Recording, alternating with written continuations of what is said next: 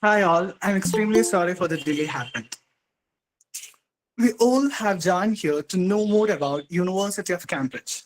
Excel International, a project that guides students to reach foreign universities in many parts of the world. Under NGO named Yes India. It's a non-profitable organization founded by the students themselves for the educational and social development of the students.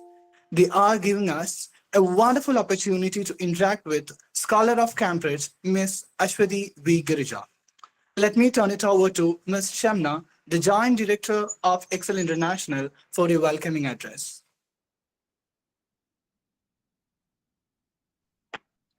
Good evening to all. When there was a call, the young students said yes.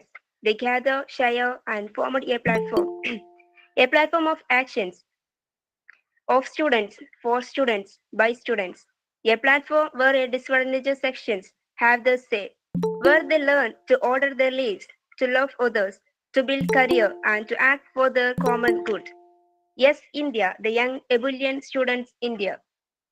It's a non-government organization formed by the students themselves for the educational and social development of the students. Yes India has many projects like Excel India, CS Focus, HR India, Leadership India, Akshar Samudram, etc. Yes India has to create the changes in students through such projects.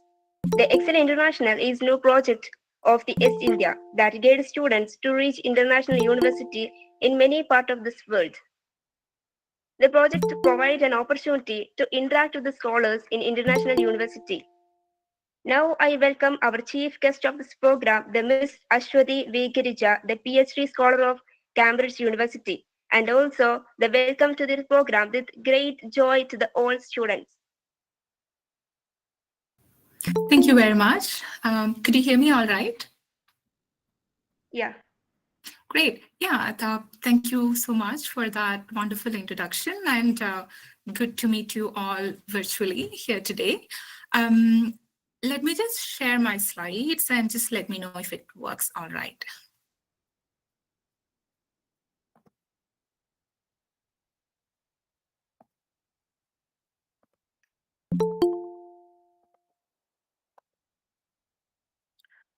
Could you see my screen?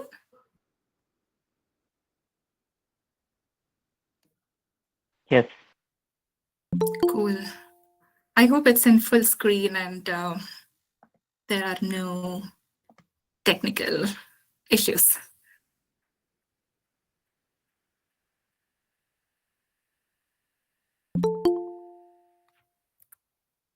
Yeah.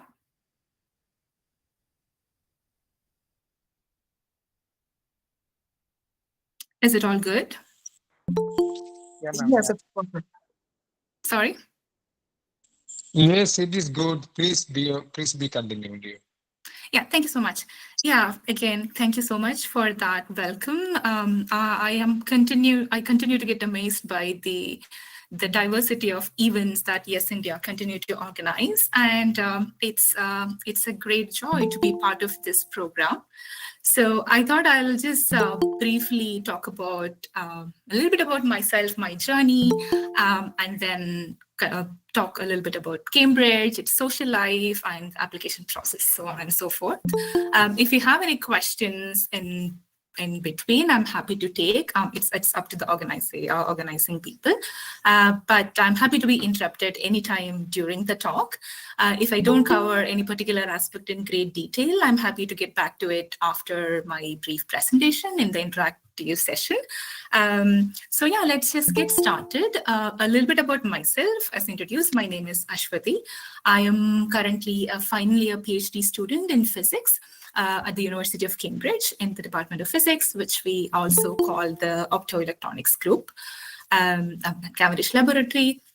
And here I've seen one of the many beautiful pictures of the university. And I thought I'll just start by showing you some more beautiful pictures of the university. When I was contacted, I was also asked to just share a little bit about the social life here, how life here is in the UK, specifically in Cambridge. First of all, it is an extremely beautiful city, as evident from these pictures. So some of the pictures taken by me and some where I'm featured. This is one of the rare occasions where it snows here in Cambridge, which is quite rare. And there is this beautiful river called River Cam that runs throughout the town. Yeah, most of the pictures will feature the river because that's an integral part of the life here. And here is a part of the skyline view of the city from one of the towers here. So as you all already know, Cambridge, University of Cambridge is it is founded almost 8 centuries ago, so it's an extremely old university and has a lot of history associated with it.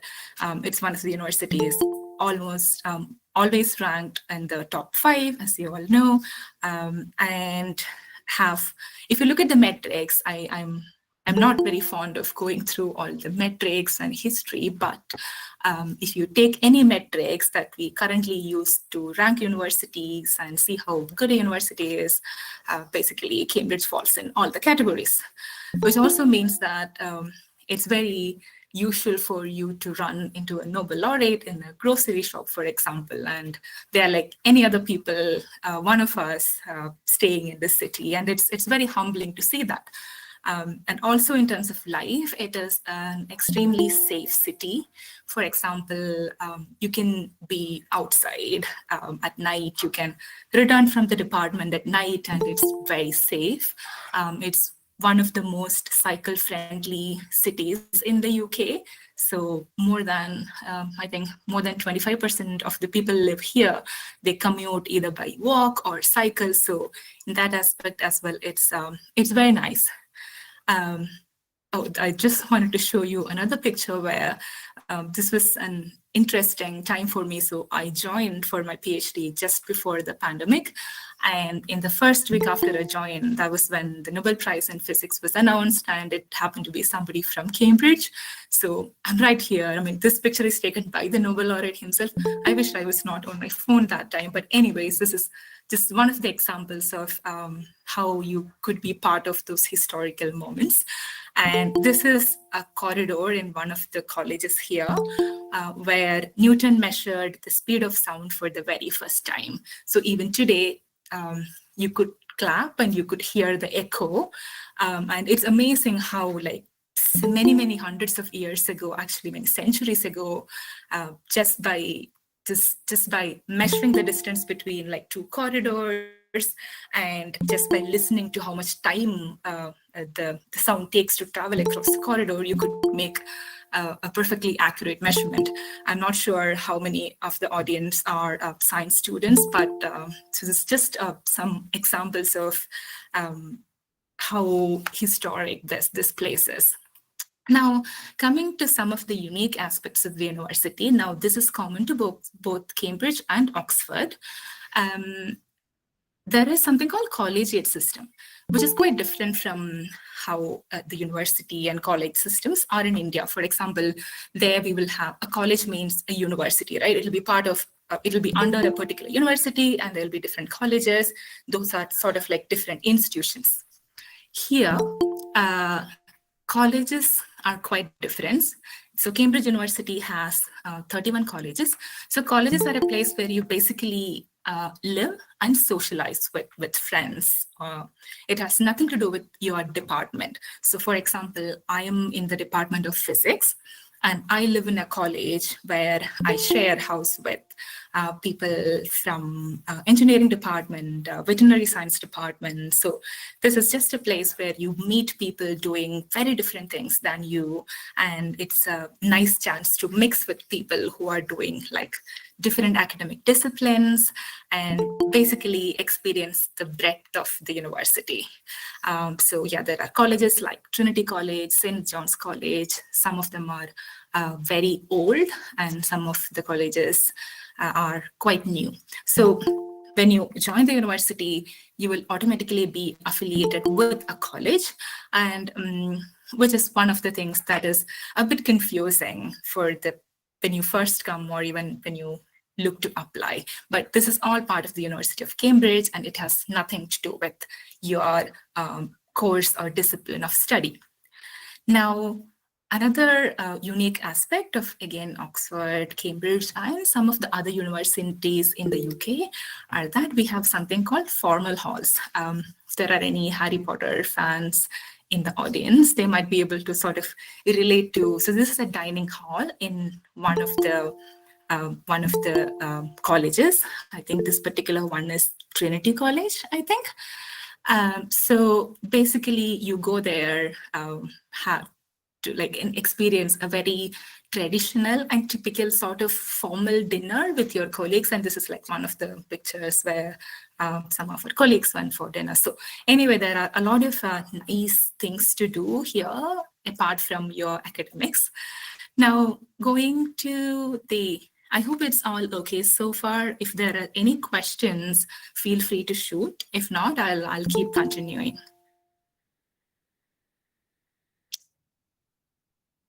Okay, looks like I can continue. Great. So talking about the academic terms. So here, unlike many other places, the academic year starts in October. So this is actually the second week of this academic year. And a full academic year starts in October and ends in next year, September. And usually an academic term will consist, academic year will consist of 3 terms. We call them with some fancy names like Michaelmas, Lent, and somewhat Easter terms. But basically, the first term starts in, they are extremely short terms. So the first term starts in October and ends in December, like mid-December. The next term starts in January and ends in March, like mid-March. And the next term starts after Easter, which is April to June. And then next 3 months is the break time, summer break. But for example, the people who are doing research, the terms don't matter much. You are evaluated by the whole academic year and not terms. But if you're in a course which involves teaching, then you will be following these terms, which also means that the application deadlines are usually in November or December. The application portal opens in September and closes in early December or sometimes in November, depending upon your course of study and the scholarships. So I will come to it in detail later, but this is the overview. Now, I will be focusing mostly on the postgraduate and PhD admission process. This postgraduate also includes like the PhD, so not undergraduate admission, but postgraduate admissions. So there is a lot of information available in the University of Cambridge website about the courses available, how to apply, what are the different funding sources. So if you go to postgraduate.study.cam.ac.uk, you will be able to find all this information. I just thought of providing a screenshot of the page. Now, if you want to simplify the application process, first of all, the application process could be extremely long. Oftentimes, it takes almost a year to go through the whole application process, right from basically deciding to apply to like applying, going through the interview process, applying for funding, and then finally everything getting accepted. But if you want to simplify, you first choose your course, because there are close to 300 postgraduate courses available at the university. So you can browse the kind of course that you want to apply. You find when the deadline is, because depending upon the course you choose, the deadlines can vary a little bit. And then you can create your application portal, online application portal, and there will be a bunch of information that you need to fill. And you also need to get reference letters from the professors you have worked with in the past, and then choose a college. That's actually optional. I can come back to it later. and then make sure everything is in place. You submit application. If it goes through, then you appear for the first stage of interview, and then it goes on. Now, this is a very simplified picture of it, but this is pretty much the process. But if you want to make things a little more complicated, what actually happens is that you submit your application, and it is highly, highly recommended to submit the application much in advance, because usually departments start processing the applications as they receive. So if you wait until the deadline, you are already in a disadvantageous position. Now, you submit your application form. I'm supporting, so this is a nice flow chart. I'm not sure if you can read all the details in it carefully. I'll just go through it very quick. So you submit your application through the application portal. Your department you apply to, because you apply to that particular department. In my case, I applied to the physics department. So they review your application. If it goes through that stage, they will be interview, and then if you clear the interview, it goes next to the there's a committee called Postgraduate Degree Committee. So as you can see, there are these multiple stages where your application needs to get approved. So it goes to the degree committee. Again, if it is successful, it then goes to the admission office. And then finally, if all these tick marks are fulfilled, you will get what is called a conditional offer. Now, what is a conditional offer? So most of the times, an applicant will be applying when they are doing their previous degree. For example, if you are doing your master's degree and then you're applying for a PhD, sometimes you'll be applying when in your final year, right? So you might not have completed your degree. So for every degree, there is a GPA cutoff, and there is a number of other things that you need to fulfill. So conditional offer means that if you fulfill all these conditions by the end of July, only then your offer becomes unconditional, meaning you have a full offer. Now, compared to many universities in Europe and US, in Cambridge and Oxford, when you first apply and get accepted, your scholarship or funding doesn't come through it. Your application will be considered for funding only after you get this offer. I will come to that again in a moment. So just going back to how you find a course, again, there are a lot of information available in the postgraduate admission page. See, this is a small screenshot of the page. So you can see the course, you can see the overview of the courses, and you can decide which one you want to apply. If I want to summarize, there are mainly two kinds of postgraduate courses. Firstly, PhD course, and then there is, the terminologies are slightly different. So in India, we usually call either MSc or MS, right? So here, they call MPhil. So the MPhil is also there. So here also there is an MPhil course, which is a one-year course. There can be two kinds of MPhil. One, MPhil that is solely focused on your research. That is MPhil by dissertation. If it also involves taking courses, then it's called MPhil by advanced study. And then there is another option, which is Master of Research, which is quite different degree, where you apply for a one-year course, but you want to continue later and continue for a PhD.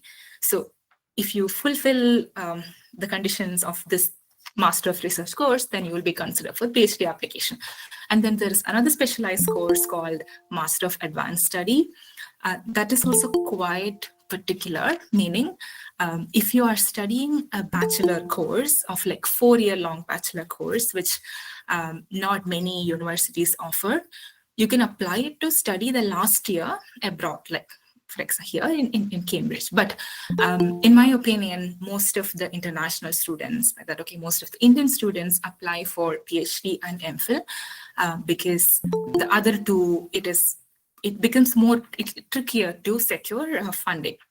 So anyways, as I said, there is this course directory. You can enter keywords, like you can enter the subject of your interest, and it will show you the possible options available.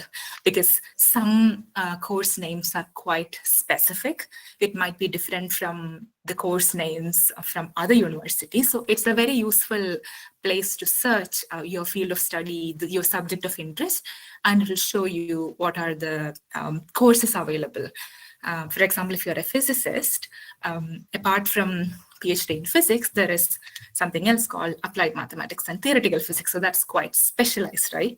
So in a similar way, even for other subjects, there could be courses that are of your interest, which is not known by like a common name, a simplified name. And it will give you, like once you select that, it'll give you all the information about what the requirement is, what is the GPA, what is the percentage, the cutoff, and then the fee, the deadline, and all the other documents needed. So if you, again, it will also give you information about the deadlines, how to apply, and all. Now, moving on to the scholarship aspect, do we have any questions? Now, I'm not able to see the message box, but if there are any burning questions now, I can address. If not, I could continue. Just give me a heads up.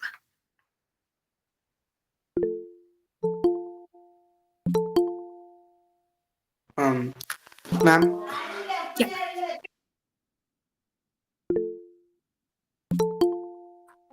Would the slides be shared after the session in the group? Yeah, sure. I'm happy to do that. Thank you. Sure. Just call me by my name. Please don't call me ma'am. Anyways, so I think we can continue, right? Yes, let's continue. Yeah, great.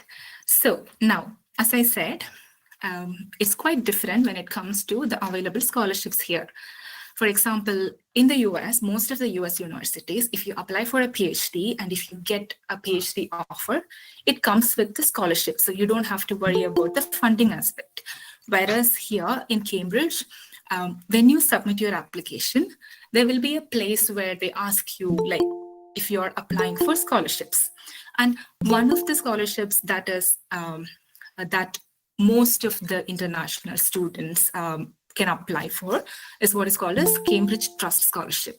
Now, again, if you go to cambridgetrust.org/scholarships, you can put in your country of origin, which is India here, and then you can also select the degree that you're applying for and search.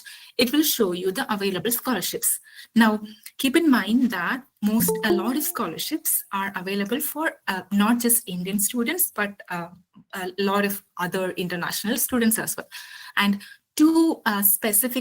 some of the specific scholarships, those are only to Indian students. One of them is Jawaharlal Nehru Memorial Scholarship, because Nehru was one of the students here in the past, so there is a scholarship in his name. And then there are Commonwealth Scholarship.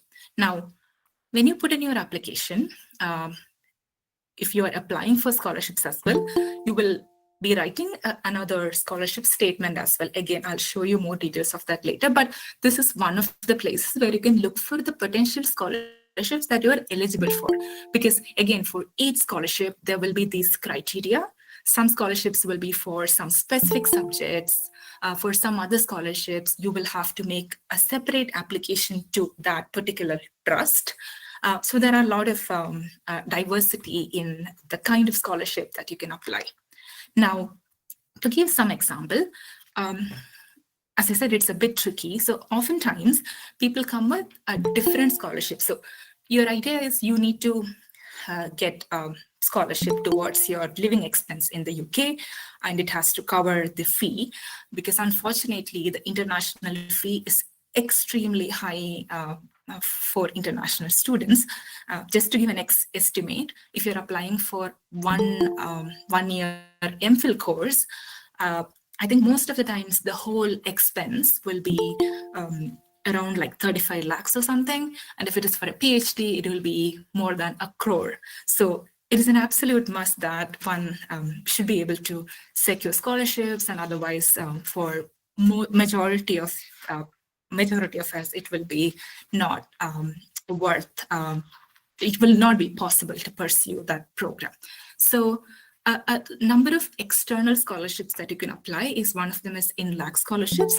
Again, these are this could be like if you secure multiple scholarships that and in total you can cover all your expenses, that's great. So INLAC scholarships is one of them. You can go to inlacsfoundation.org. And then there is another scholarship called J.N. Tata Endowment for the Higher Education of Indians, but it is actually a loan scholarship, and that will only cover a part of your study. So because it's a loan scholarship, you will have to repay a certain number of years after you graduate. So again, this will come handy only if you have a little bit more expense to be covered and you can apply. So there are all these different possibilities one could apply, and most of the times the applications, in this case, the applications close in March. So for the next academic year. Anyway, so, and yes, another possible scholarship is the Oxford and Cambridge Society of India Scholarship. Again, this also covers only a part of your funding, given that you secure partial scholarships from some other resources. So again, as you might know, another prestigious scholarship is Gates Cambridge Scholarships, which is established as a donation from the Bill and Melinda Gates Foundation. But again, this is not limited to Indian students. It is for international students who are from outside the UK, and every year they give out 80 scholarships. Now, this is one of the most competitive scholarships, and it's extremely hard to get. For you to be eligible for Gates Scholarship, like you have to be outstanding in academics as well as in other pursuits that you take up. So that is one of the options. But again, it is extremely hard to get. But in my opinion, the one that is more sort of reasonable to apply and put effort to is the Cambridge Trust scholarships that I talked about earlier. Now, coming to just, if I want to summarize a little bit on the whole application process, again, we haven't gone through each aspect of it, but a couple of points is, if you are thinking about applying to top universities, need not necessarily be Cambridge, it is extremely important to start doing your research very early. As I said, these processes can take more than a year to complete. So it's a very long process, quite stressful process. It's extremely important, and it takes time to prepare your application. It will take several months. So it's very important to start doing your research early. If you are aiming to apply for a research-based course, you have to contact your potential supervisor, the person whom you want to work with, much in advance. Again, for example, in case of Cambridge, when you apply, you will be also giving the name of the person you want to work with. So having their support is very important. And then, as I said, you will have to get reference letters. So for that, you have to contact your referees much in advance. You have to give them a couple of months to write you a good reference letter. And then, yes, we also have to take English test, IELTS or TOEFL, and they have this cutoff. But so that is, yes, that is important. But in case, even if you don't, again, this is also, you have to take like several months in advance. So one has to plan for that.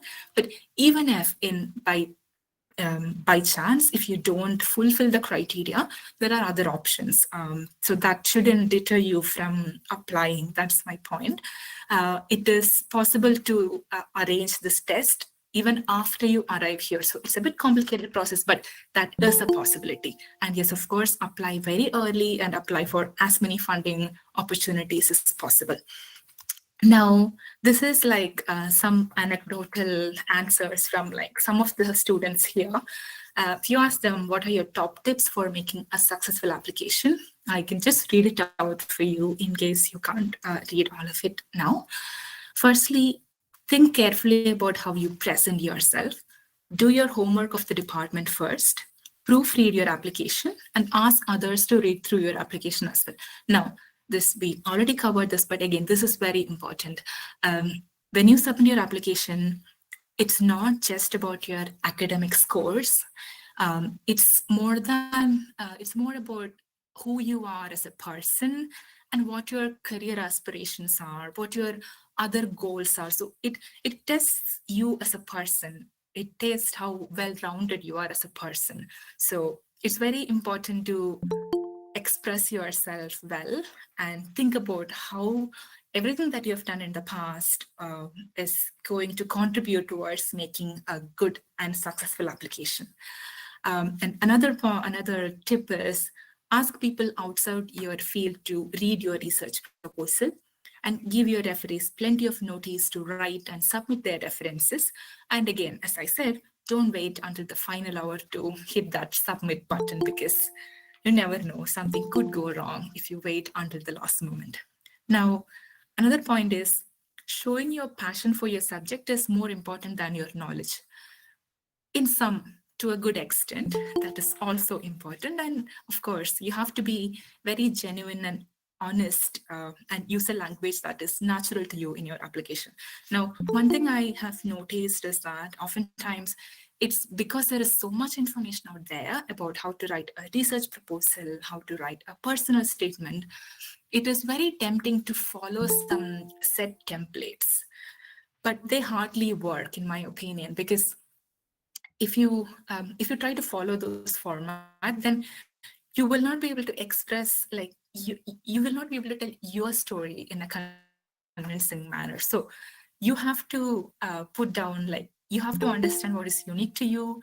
Why should the university take you as an asset? And so for that, it's very important to show your passion as well, not just how much you know about your subject. Another point is, again, we have covered all this already, but start planning and searching as early as possible and see what the entry requirements are. Again, if you are looking for a research-based course and aren't sure where your interest lies, contact your supervisor and talk about the projects they can offer you. And of course, be confident in the interview and talk to the interviewer naturally. Now, another advice in terms of funding is, again, search widely for funding opportunities from the university, colleges, and government, and even NGOs, because sometimes a certain, for example, Indian national, the students coming from India will be eligible to apply for like a particular scholarship. And again, do not neglect any funding, as you may be able to combine different partial scholarships. You could also discuss your funding opportunities with your potential supervisor. Now, another advantage of contacting your potential supervisor early is that they can advise you on what are the possible funding opportunities. Sometimes they might not be very evident from the online search tool, but they might know a little bit more about the potential scholarship that you will be eligible for. And then again, check the college funding. We have covered that. So these are some examples from advice from the students who are already studying here. So it's good. Now, I thought I'll just show a screenshot from like some part of my application when I applied. So I started, as I said, like just before the pandemic. That was in October 2019. And so it's just to give you an idea of what are the questions that you will be asked when you submit your application. Things would slightly change from subject to subject, but the overall framework is pretty similar. So another thing is that in this case, at least when I was applying, there was no option to upload your CV. So you had to put in all the information from your CV in this online portal as answers to the questions that they have asked. Now, first is academic history. That is basically where you did your studies from, what your grade is, and yes, when you did your degree. That is what you fill in over here. And then there'll be question about the competence in the language, the English language. So if you have taken TOEFL or IELTS and have the scores ready, that is what you provide here. And then there is another section for scholarships. As I said, there'll be a question where if you want to apply for funding, there will be a statement that is specific to why you're applying for funding. There'll be a couple of things. You have to explain what you're going to work on. If you have to basically show that getting a scholarship is an integral part of your study, and you will not be able to undertake your study if you don't have a scholarship. Now, some of the other questions is, so these are the exact questions from my application when I was applying. So there was a question about career goals. And again, there is a space limit. So you have to, it has to be very concise and to the point. So just to show that it was only like 1,000 characters. So it's only a few lines where you have to express your career goals and any additional information that you think would be useful for your application. And then there are a bunch of course-specific questions. So you have to give the group, the department that you're applying to, again, the name of the supervisor, if you have multiple supervisors, their name and contact, and a research statement talking about your general interests, subject-specific interests, and a core personal statement. So these are all different essays that you need to write to finish that application. And then there is another section about the academic awards. So if you have had any scholarships in the past, you have won some awards in the conferences you have been to, or any other academically relevant award, you talk about that here.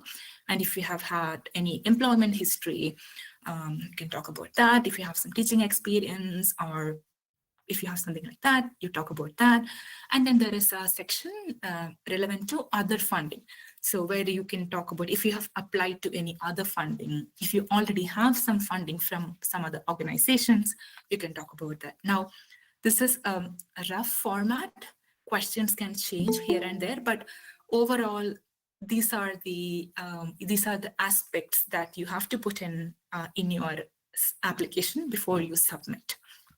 And everything else comes later, like including the interview. Now, I just thought that I don't think I talked about my my journey, but as most of you may know already, I am from Kerala. I am born and brought up there, from like southmost part of Kerala. I did my schooling in the government school nearby. Until my 10th standard, I went to a slightly further school, another government school for my 11th and 12th, and I had absolutely zero idea about what I wanted to do next. And not even in my wildest dreams did I think that I'll be going abroad for studies, because I haven't seen anybody doing that, and I did not think that is an option I can afford. But for my undergraduate, I fortunately got selected to ISER, that is Indian Institute of Science Education and Research. Some of you may know. I went to ISER Pune. Now, I must say that that was one of the turning points in my academic journey so far, because I didn't even think of going outside Kerala for studies. And then I got admission to ISER Pune, and even my parents also had absolutely no idea what we were signing up for. We did talk to a bunch of professors that we knew from the nearby colleges, and then all of them told that you should definitely basically you should definitely let her go for studies. And that is where I sort of, my exposure broadened, and I got to see that, there is an option to do research. So ISERs were institutions set up to promote fundamental science research. So we got to do a little bit of research during our 5-year integrated master's study. So that is when I started thinking about perhaps applying abroad, because I've seen my seniors doing that. I thought that might be an option. At that point, I actually applied to the US for a PhD because I thought I need a little more time to figure out what I wanted to do. Anyways, so initially I got accepted to a few places in the US, and I went there, and due to some reasons, I decided that I did not want to continue there for a PhD. So I decided that, okay, I will finish with a master's. So now I had a second master's. That time it happened to be from an engineering department. And that is when I thought, maybe I will give it a go and apply to Cambridge. So what I wanted to tell is that you could have, so your journeys could be quite unplanned and unexpected. And it's all about figuring out where your interest lies, where your passion lies, and just giving it a go. You never know where it might take you. And at this point, I'm not sure if there are any like parents in the audience. I just want to tell that it's incredibly important to support your children's choices, even if you have no idea about where it is going to take them. I'm sure they will figure it out along the way. So I just want to leave with a few thoughts that don't be afraid to be the first and only one to do something, because you might often find that you don't see anybody around you doing similar things as you. You could be an outlier. You might have to fight quite a lot with the societal stereotypes, especially if you're coming from a historically marginalized community. But just if you have a dream, just keep asking questions, keep critically analyzing things around you, and have that curiosity, and just keep at it.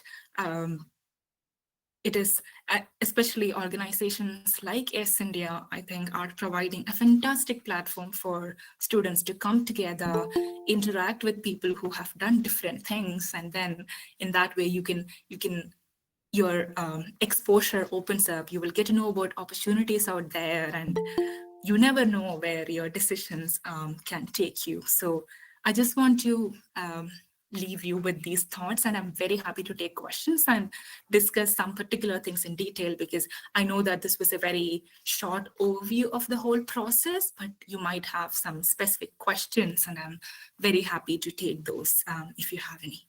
Yeah, thank you very much.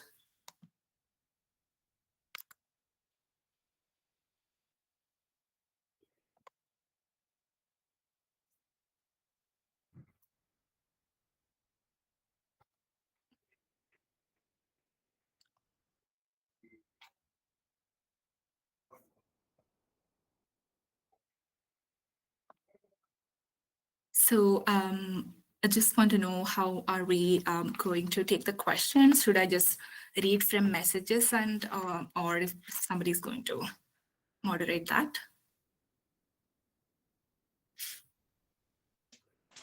Okay, you may post your questions in the comment box. I'll read it for you. Yeah, I see that there are already some questions. So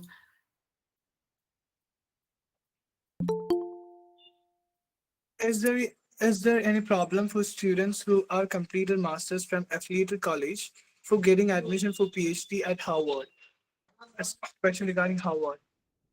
okay, right. Well, if I understand it correctly, I mean, well, there is no problem. You could, well, depending on where you did your master's from, and especially because you're talking about a PhD at Harvard, there is it's important to have a little bit of research experience. You may or may not have much during your master's. So yeah, if you can elaborate a little bit more on that particular question, I'm happy to go through it in a better way. If you would like to, like Shaima. But like in general, definitely there is absolutely no issue in applying to places like Harvard. Just that you need to see again what their cutoff is, because it's PhD. So from my experience, I found it very helpful to write to the potential supervisors beforehand. So when I was applying, especially because there is an application fee to universities, and which is not a small amount if you do the conversion to INR.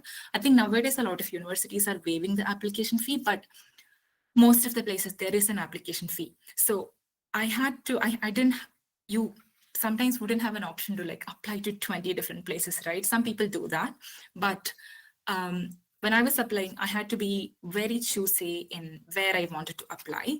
So my way of streamlining the places where I wrote to the potential PhD supervisors, and then it was extremely important for me to get somebody support my application even before I made the application. So if you are thinking about applying for a PhD at Harvard, and if you know broadly the area of research that you're interested in, I would highly recommend you to write to the people you have in mind and see where it takes you. Sometimes you may need to get a little bit more of research experience. So if that's a possibility, you could do that. So, but I absolutely don't see any issue with applying to PhD at Harvard.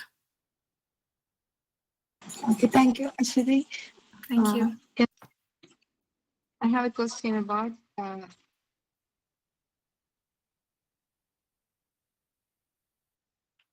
Yeah, go ahead. I'm not sure if we lost Shaima. Oh, okay, sorry. Most of the friends are telling me about that. I am completed my master's from affiliated college, but most of the friends and my teachers are telling me about that.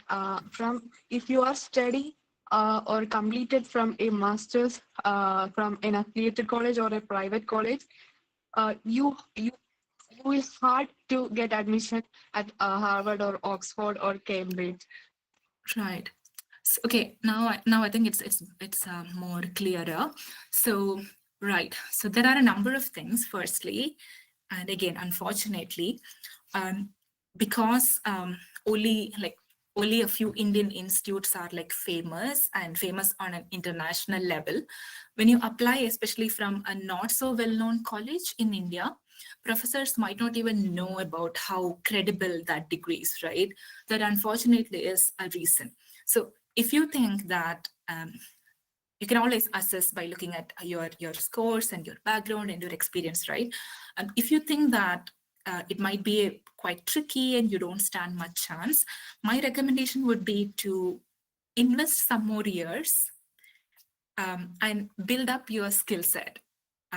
Just go to a slightly well-known university in your field in India and gain some research experience. Now, I think that's another thing I wanted to address. So especially, I guess, in India and in Kerala as well, we have this very linear trajectory, right?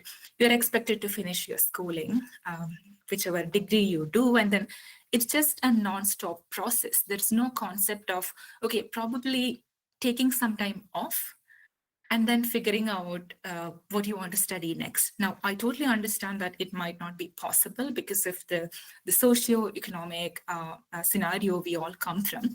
But most of the times, if you are interested in applying to these top universities, it is extremely helpful to get those few years. So if you write, CSIR net exams and all, and apply as a research fellow in some of the good universities in India, you will, so that way you are strengthening your background, right? So even though you're the place where you got your degree is not that reputed in an international standard, you have shown that, okay, you have the potential to do research, and if you have publications in that process, it will further aid your application.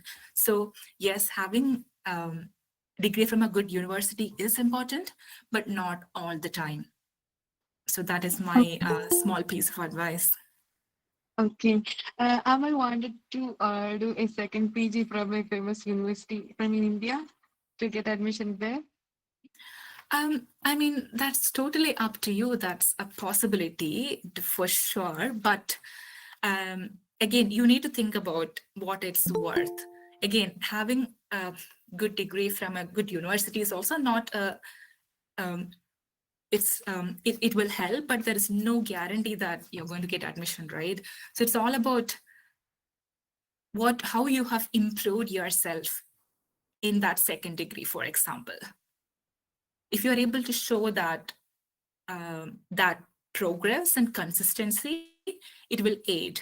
But it will be a bit hard to say that it's going to like help you in securing admission to like this particular place. But definitely you are increasing your chances in that way. But I think you will have to make an informed choice about what you want and whether it's worth putting that much time and effort. Okay, thank you, Ashwini. Okay, let me read out the next question. Sure. It's about funding. Funding request. When we need to give the request for the financial support, before or after admission? Oh, so when you submit your application in the application online portal itself, there'll be a place where you need to mention the scholarships you are applying for. So this is along with that. It's not later, but again, it will only be considered after you go through the first stage. But you will have to apply when you apply for the course itself. And again, as I said, because there are a lot of these external scholarships also available, you need to look at the deadlines and decide whichever deadline is the earliest, you have to apply before that. But another point is that suppose you got admission, and suppose, because talking about the timeline, in Cambridge, you submit your application, say, by early December or late November. Most of the times you will have the interview within a month or two, and you will get to know the final decision by March, the latest, sometimes even in like January or February. So that's when you got that confirmation from the university side. And after that, depending upon how well the university department have ranked you, your application will be considered for the scholarship. So it's a long way to like know whether your scholarship application is successful or not. So in that meantime, if there is a possibility to apply for like external scholarships, I would highly recommend that, because now you have this conditional offer from the university, and that will help you in at least approaching these different scholarship organizations. You can show that, okay, here I've got this conditional offer, I'm waiting for my funding decision from this source. I would really appreciate, like, so that would help you. But usually it is along with your application, it's not after. Hope it's clear. The next question. Yes, I hope it's. And the next question is there any application fee? Yes, there is an application fee. I don't remember exactly how much it is at the moment, but yes, there is an application fee. And there were discussions on waiving the application fee, but I can get back to you on that. But there is an application fee, which is usually, I think when I was applying, it was around, I think it was around 5K or something. I need to check. I can get back to you on that front. Right. Students currently in third year who are planning to apply have to apply in September-December session of 2023 or this year itself. So, sorry. So you're asking if it is for the next academic year, when is the time to apply? Yes. Right. So if you are looking to apply for next academic year, which starts in October 2023, then like now is the time. So, but realistically speaking, if you are planning to apply for next year, it's quite late to start thinking about the process. But to put in the application, now is the time. But as I said, because it takes several months to even prepare the application, get in touch with the potential supervisor, applying for next academic year would be quite far-fetched, in my opinion. So the realistic goal would be to think about next to next academic year, if that makes sense. Yes, and the very next question is, I said compulsory to have international publication works to apply for Cambridge. He's from a social science background. Right. Now, having your work published in one of the international journals will definitely help. Now, that's not a prerequisite. I'm not 100% sure about the social science stream, but definitely that's not a prerequisite. But if you have it, that will always help. That will add value to your application. But sometimes you might be in the process of submitting that publication or just like working on that publication. So you could talk about that in your application or in your interview. So it need not be published already, but again, if you have them, then they help. I don't know, just if I can take a little more time, maybe I can talk a little bit about my experience. So again, because we all think that it is an absolute must to be a topper in throughout your studies to be able to get admission to these top universities. Well, that could be the case. It is one of the important thing, but so in my case, I was a pretty good student in school, but when I went to ISERB, I was a quite average student. I was not a 9-pointer or 10-pointer, but what I had was I had research experience. I worked in a lab along with my undergraduate studies at ISERB because that was a possibility. I worked in a lab for almost 3 years. So for the last 3 years of my 5-year program. So even before I was applying, I had no hope that I'm going to get in anywhere because, again, I didn't have a great GPA. But what I did was I thought about how these experiences is making my application better, right? And then in some of the interviews, that question did appear. Oh, you have an inconsistency in your grade. Could you explain that? So it all depends on how you present yourself. We can always have all these big marks covered. You can have the best grades. You can have best extracurricular activities and everything, and that need not guarantee your application success. But again, if you think that you have some loopholes in your application or background, I would suggest that yes, getting a publication would definitely help. But yeah, that would help. But that also means that you need not wait for that to happen before you start thinking about application. And again, it also ultimately boils down to how well your potential supervisor is able to support you in your application. Because sometimes what happens is that you get a conditional offer, there'll be some scholarships by from the department.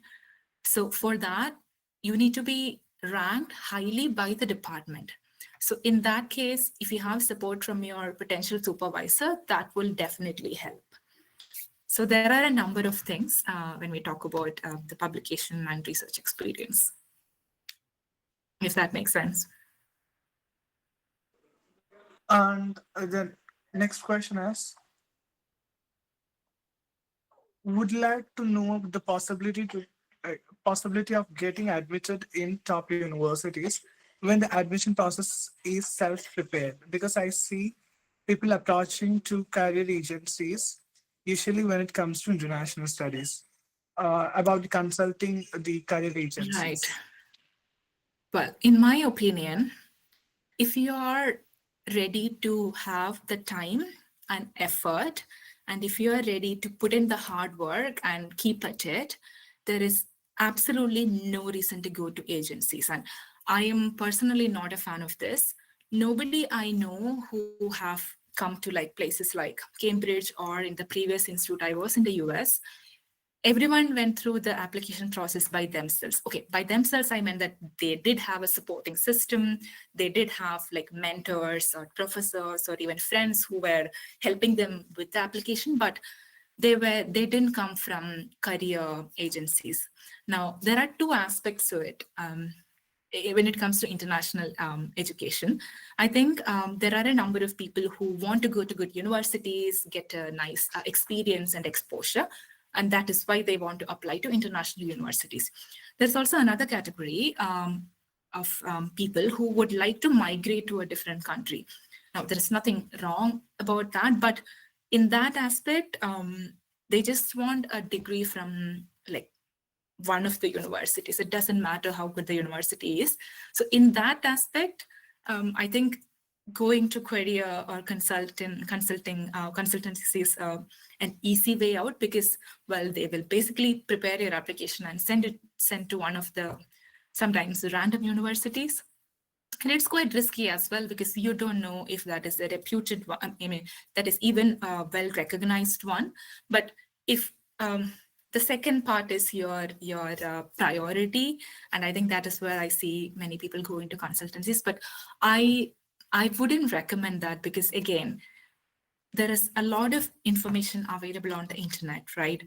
And there are a lot of people who are willing to help, people who have gone to same university. So it's just that you have to put in that effort. You have to be willing to go through that quite stressful process, and you should be willing to put in that hard work and like continue with the perseverance. Then I'm 100% sure you will be able to do that yourself, and then only then you will be able to project your personality on like how you write your personal statement. For example, if you follow a template, you are just filling in all this information, and I don't think it reflects your personality. It's some personality, but that's not yours. Now, this is my personal opinion. You should take it with a pinch of salt, but that's what I have to say in that particular topic.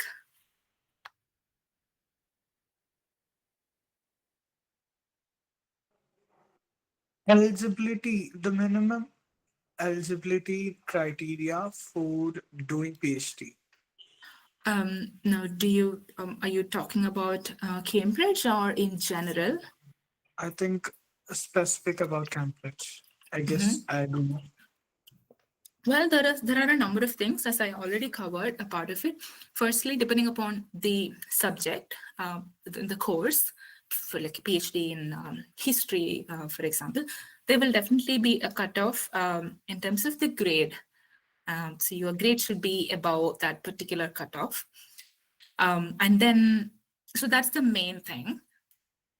And then, of course, you have to have scored like now a particular mark in your TOEFL or IELTS exam. So those are the two main criteria. And then definitely you need to have supporting reference letters from the people whom you have worked with in the past.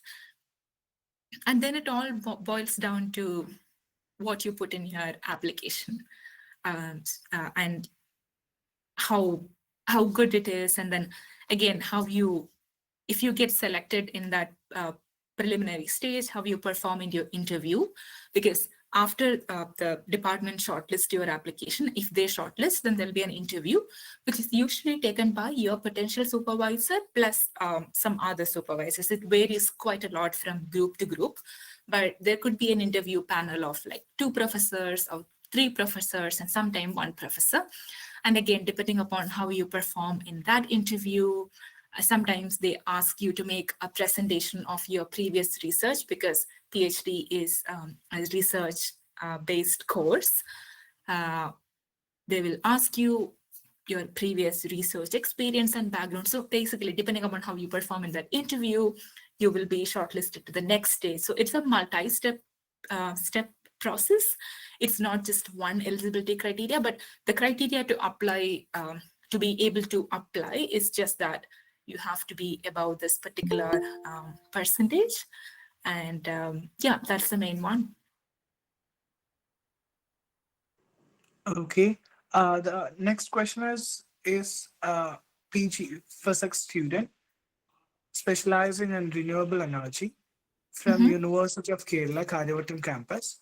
And the question is there any restriction for me to apply for doing a PhD at Cambridge University. Could you also discuss about the scope of doing the same in the above mentioned specialization, if you are aware of any? The specialization is renewable energy. Right. Yeah, well, great. It'll be good to know a little bit more about the topic because, like, my work is quite related to renewable energy as well, but the physics aspect of it. But addressing your question, there definitely is no restriction. If you have, you're pursuing your master's, that's great. So you will, I assume that you do have some research experience. So in terms of the scope for this particular specialization, there are a lot of possibilities. So nowadays, energy is one of the hot topics for research, and especially here in Cambridge, we have, so the group that I am in, which is optoelectronics group, which is part of the Department of Physics. We have a lot of projects that focus on the renewable energy. There are people who work on new materials for solar cell applications, for example, and then there are people who do the spectroscopy of it. So it depends on what you want to do, but in terms of topic, I don't see any issue. And also I don't see any restriction, but as I said, because it is one of the good places, but you need to see, I'm happy to like talk more about the particulars of your work if you're happy to, but I definitely don't see any problem. You need to ensure, again, you have enough research experience, you have strong recommendation letters, and you should, if you're interested, you should start getting in touch with people whom you might be interested to work with. So I highly recommend you to basically do a basic search of basically the people who are working in similar area at Cambridge, and you can start thinking about if it matches your interests, what would be a good time frame for you to apply, and then it should be totally fine. And good luck with that. Okay. Is there any chance for a 6-pointer to get admission in Cambridge or any other allied universities? Right. So when you say 6 point, do you say it's 6 out of 10? Is that what you mean? Like 60 I think percentage? 6, yeah, 6 CGP. Right. Right. That if it translates to 60 percentage, it'll be a bit tricky for elite universities. Just I mean, it's a bit unfortunate, but it's only because usually their GPA cutoff is above 8, which is like 80 percentage. But you know, sometimes the way the GPA is calculated in that particular university will be quite different. So you need to do the conversion. But unfortunately, the cutoff is a bit higher. But what I would say is that there are many places in Europe, for example, where there is no GPA cutoff as such. In Europe, you mostly apply to one particular PhD project. So there are you could get into like really good universities if you, again, because unfortunately, as per the normal metrics, or CGPA is not that good, you need to strengthen your research aspect if that's what your interest is, because many times it's just an issue with the education system, right? Your interest could be, you will be very good at one particular topic, for example, a particular subject, but in a course you'll be studying all these subjects, and that might affect your grades significantly. But if you can show that you have the potential to do good research in that particular area, you can work on that. And if you are interested in that, I highly recommend you to do that. You just strengthen those parts, and then definitely you stand a chance to apply. It might take some more time than usual, but it is definitely a possibility. And I know a lot of people from ISA, for example, who did not have very good GPA, who had GPAs around 6, but they were very interested in a particular research area, and they went on to do PhD from some amazing places, amazing international universities in Europe. So yeah, I would say don't be discouraged with that metric. It's just that because there's this GPA cutoff, it could be trickier in some universities to begin with. But you can definitely work on other aspects and make your skill set better. Okay. The next question is there any possibility of getting research experience after PG? Do you have any suggestions? Oh, definitely. Do you mean in India? A research experience in India? Jassim Puti, can you please open your mic? Yeah, I'm asking that you got your research experience from ISA. So Right. we are normal PG students will not get that much experience. So is I there understand. any options or any suggestions to get our experience? Definitely there are options. So again, if you are from a university where you don't have that opportunity to do research along with your PG, there are many options. So you can even when I was in ISA, we had people who had their PG from like state universities, and then they come to ISA to do research as a research fellow. And if you clear this one of the, if for example, if you are in science, I'm not sure which your area is. I'm talking science because I'm more familiar with it. But if you give CSIR net exam or JRF exam, and if you have a fellowship already, it will help when you can always write to professors in these institutes. If you know the research, the area, at least the broad area, you don't need to exactly know what you want to work. But if you have some ideas, you can always email the professors, and more often than not, they will be very happy to like provide you sometimes even funding for a few months. So you can go there, explore a little bit about the research and how it's done if you like it, and that would definitely add value to it. And a lot of people do that actually. They spend like 1 or 2 years sometimes in a lab and then apply abroad for their PhD. And again, if you clear even GATE for some subjects, GATE exam or CSIR net exams, it will improve your possibilities to get a research internship in one of the universities. So again, to talk about universities, there are these ISERs, there is Indian Institute of Science in Bangalore, depending upon which science discipline you are interested in. If you're interested in biology, there are a number of institutes in Bangalore, including the National Center for Biological Sciences, NCBS. And actually, there are many institutes. So I would recommend you could just do just find people working in the area of your interest, and just write to them asking for opportunities. That helps greatly. And just make sure you have your CV tailored. Just talk to them about your research interest very briefly and then ask. You may have to write a number of emails, but there are definitely a lot of opportunities to do research projects after your PG. Thanks. The next questioner is from PG, a political science background. Is doing his PG in IGNOU, an open university. His question is, can he apply for another master's in Cambridge University using his current status? Right. So there are courses like Masters in Political Science and some more specific courses as well. Now, considering the current status, as I said in the past, for Cambridge, the trickiest part is to get scholarship.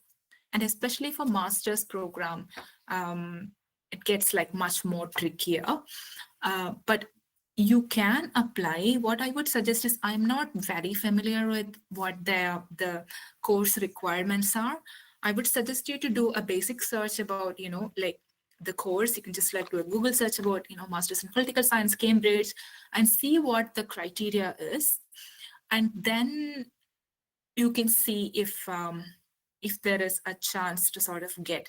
The number of people who come for master's masters is, yeah, there are a good number of people, but again, the one coming with scholarships are quite low. But there are, as I suggested, there are these scholarships like INLAC scholarships, this Tata Endowment Scholarship.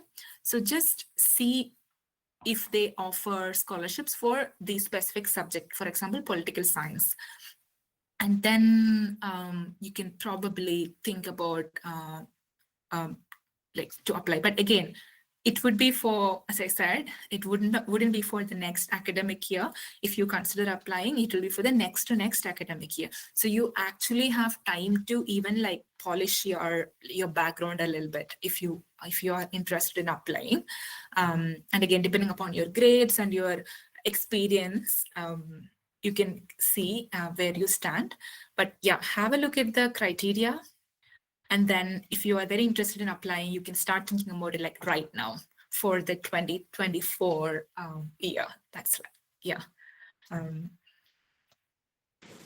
The very next question is from a physics UG student, and he would like to change his stream to business. He would like to take MBA. What will be his obstacles because he's changing his stream? Would it be Right. a great problem? Right. That's a good question. That's something I didn't address in my talk. So the thing is that, first of all, no, it's not a problem. Secondly, we need to, again, you need to be able to justify why you want to make that switch, right? Again, as I said, these applications, they look for what is unique in you. So you need to be able to convincingly explain the story behind like that transition, because as you said, they are quite different, but I'm sure there are a lot of transferable skills. So you need to sit down and think how to perhaps make that, what is your story? I'm sure you will have one, right? There'll be a particular reason why you want to change your stream. But if you are able to gauge it in a nice way, it will only enhance your application. It wouldn't be deterring your chances. But again, it depends on where you want to apply, and again, why you want to make that switch. I just so in my case, I don't know if I can give a personal example. So my first degree, again, was from ISA. It was mainly in physics, but when I went to the US, I happened to be in an electrical engineering department. That was not a conscious choice. When it comes to PhD, oftentimes everything is interdisciplinary. So I applied to this program called Applied Physics. And because my supervisor was in electrical engineering department, my affiliation became like electrical engineering. And later, when I decided to graduate with the master's, my degree came in electrical engineering. So now, if you think about it, they're quite different. But so when I was making the application, and when I started writing down like what I did, my projects and everything, I could pretty easily make that very logical connection. And I think that perhaps could have made my application better and not the other way around. So it totally depends on if you see that logical connection and if you can explain that well. But yeah, that shouldn't be an issue for sure. Okay, then could you please list out the top-tier universities enrolling students with average CGPA, or those universities who are not considering the CGPA as their eligibility, the admission at the time of admission?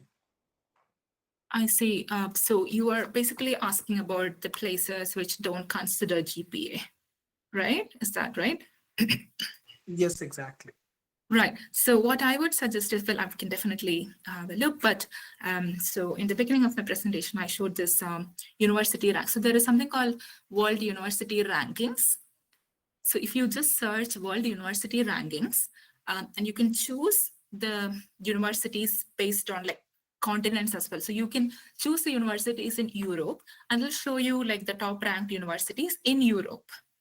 Now, it's not a very straightforward job to sort of like have all these universities. So again, you find the universities in Europe and then go to each of them and look for the field of interest, like the subject that you're interested in, and then check the criteria. So that would be the easiest way to find that, I guess. But again, keep in mind, just because they don't have a GPA doesn't mean that they don't consider other aspect of your background. And you should be able to, like, even if you, when you get to that stage, you should be able to explain why that was the case, or even if like why, if you don't, like, that's fine. You should be able to show your progress or consistency after that, because that question will definitely come up in some stage. Sometimes it could be an interview stage, some other stage. So you should be able to address that. If you think that is something that's shortcoming in your application, you should be able to address that, even though the university doesn't consider. But yeah, the easiest thing would be to just go to the university ranking and then look for European universities, and then I would say search them, and then you will have a better idea. If that is okay. I hope I answered your question. The next question is it okay to do a master's from these universities if we have a same master from some other university? Right. So what We are taking same masters. right. So it's like you're talking about getting the same like same subject master's degree from two different universities. I assume the second one perhaps a better ranked or reputed university. You need to, well, again, you need to understand what you will benefit from that, and whether it's worth to like basically explain that decision. There's of course no problem in it, but if you think you're going to learn much more than how much you already know, and if you're going to like perform perhaps much better than your previous degree, it might help. But again, you need to think about if it's worth. Now, if you're only worried about the reputation of the previous university, as I suggested, there are ways to work through that. There are ways to like get research experience from a university which is slightly more well-known. But again, if you're thinking about, say, masters, it should have some significant difference in your academic trajectory. If you think that is what is the case, then there is no problem. But if it is just for the sake of getting a degree, I'm not sure if I would encourage that. But I also say, does the gap matters? No, it doesn't really. Again, as long as you're able to justify why that was the case. Okay, I was about to ask that. The next question is about the procedures to get research internship opportunities at Cambridge. Well, it's not very easy, to be honest, especially because even though suppose you got in touch with the supervisor, suppose they are okay to take you, but they might not be able to fund you. And because there are many costs associated with the whole process, like there is visa fee, there is flight cost, and then once you're here, there is this like living expenses in terms of rent, food, many other things. It's essential to have an internship with funding. Now, for Cambridge, to get that short-time research possibility is very hard for international students unless you have some, again, previous research experience, and maybe you're the person whom you are working with now can sort of help you get some funding. But my short answer is that is very tricky. But if you are already pursuing a PhD in a university in India, for example, there are some scholarships that that you can apply if you want to have an international exposure for a few months. That is a possibility. But if you're not in a research program, it could be quite very difficult, and I'm not sure if it's worth the effort. Yeah, just don't want to be discouraging, but it totally depends on what program you are in, and what are the possibilities of you securing that scholarship from different sources.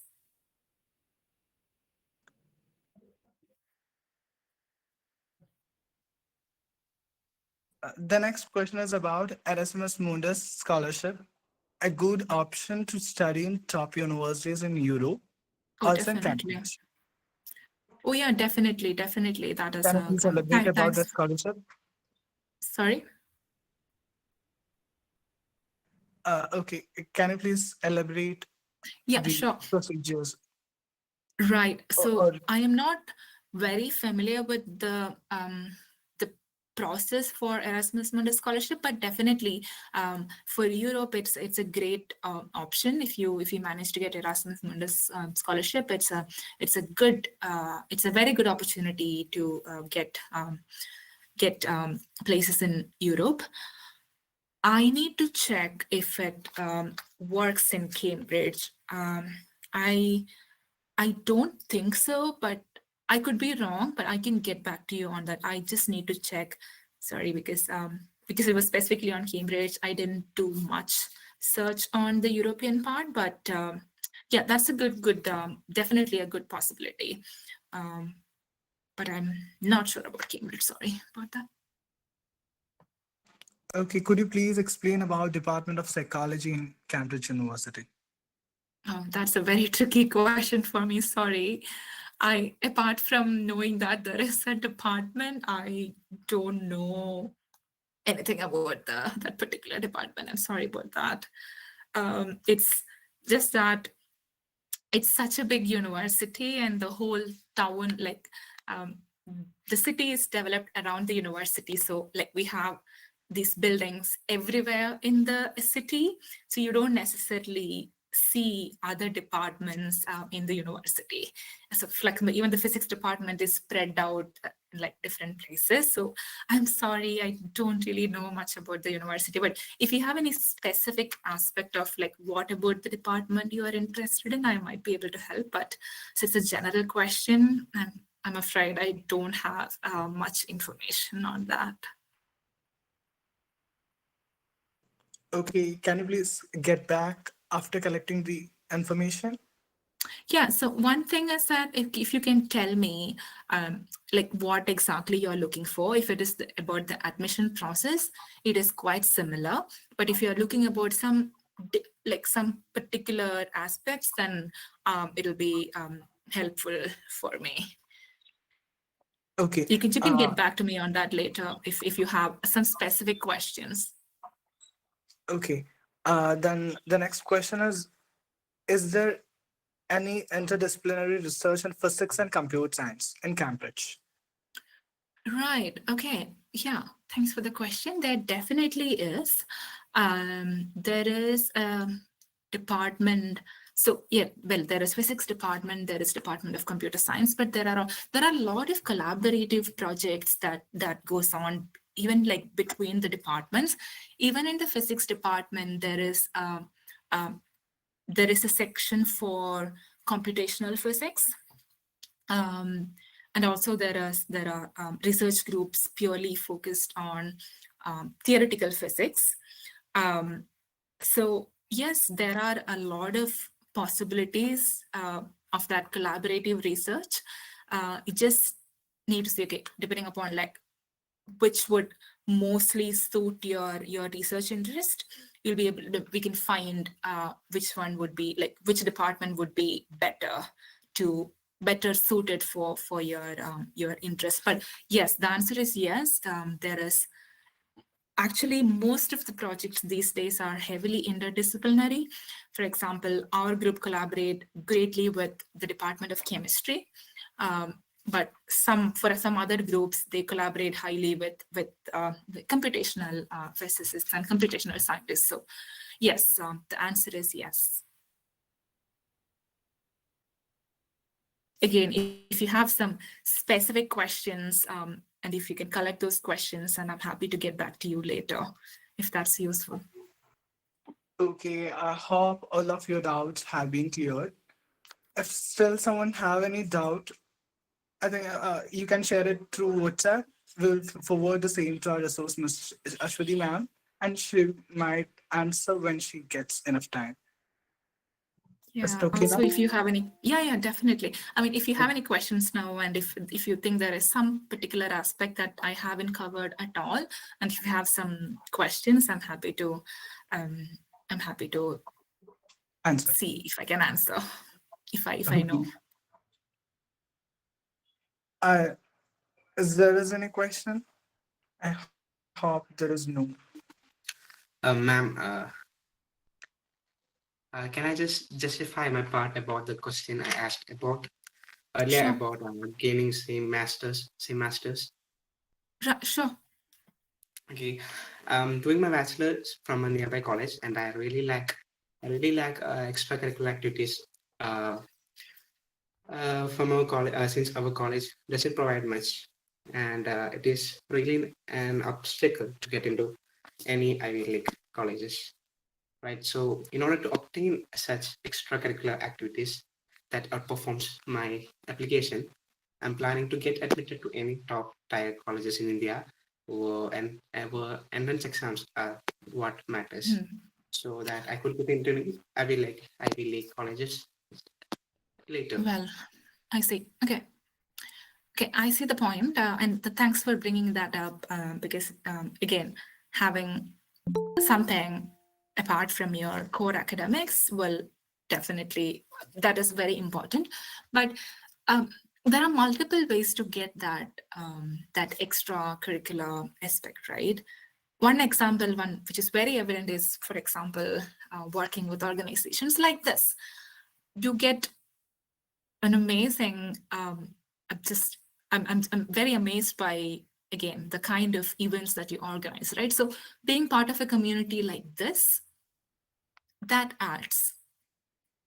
And I'm sure you can also find some, so if you are interested in outreach activities, and like if you're interested in, I don't know, just something like, oh, you want to talk about your work or your field of research to like kids in a school of like particular age, you can always find opportunities. You can create those opportunities for yourself, right? That doesn't necessarily need to be within an academic institution structure. But I understand your point that we are limited by the places we go to for our studies. So there might not be as many exposure as some other universities. But if your sole aim is to get these extracurricular activities, you can always find ways to do that. But yes, if you really want to go through that again, that exam, and then have a good score, and then you are going to significantly improve your profile by doing a second master's, I would say go for it. But because you have all this in mind, I think you should also perhaps start working backwards. Okay, this is where you want to be. Just go the search very well about the university, what they're looking for, get in touch with the people who have been to same place, and then sort of again work backwards and fulfill, like get all the experiences that you think would help you in getting there. But you have to be very, yeah, you have to be, you should be, I'm sure you will be, but you should be able to see that very clearly and put in everything that you think you missed in your previous degree. And if you are convinced about that, for sure, go for it. Why not? Thank you, ma'am. No worries. Again, I just want to add one more point. Sorry, when I talk about this extracurricular activities. So again, when you prepare an application, that's why it's very important to put in that time and think about, again, what are these leadership skills that you have? Have you organized an event in your college, or it could be anything. It need not even be some academic event. It could be a cultural event. So the leadership experience you gain from that, or the people management skills. So there are all these things. So I'm sure most of you will have a lot of experience that in that aspect. You just need to think about it and see how you can gauge that well.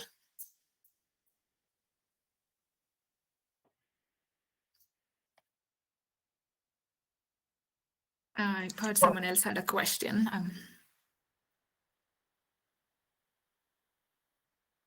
Do anyone have any questions?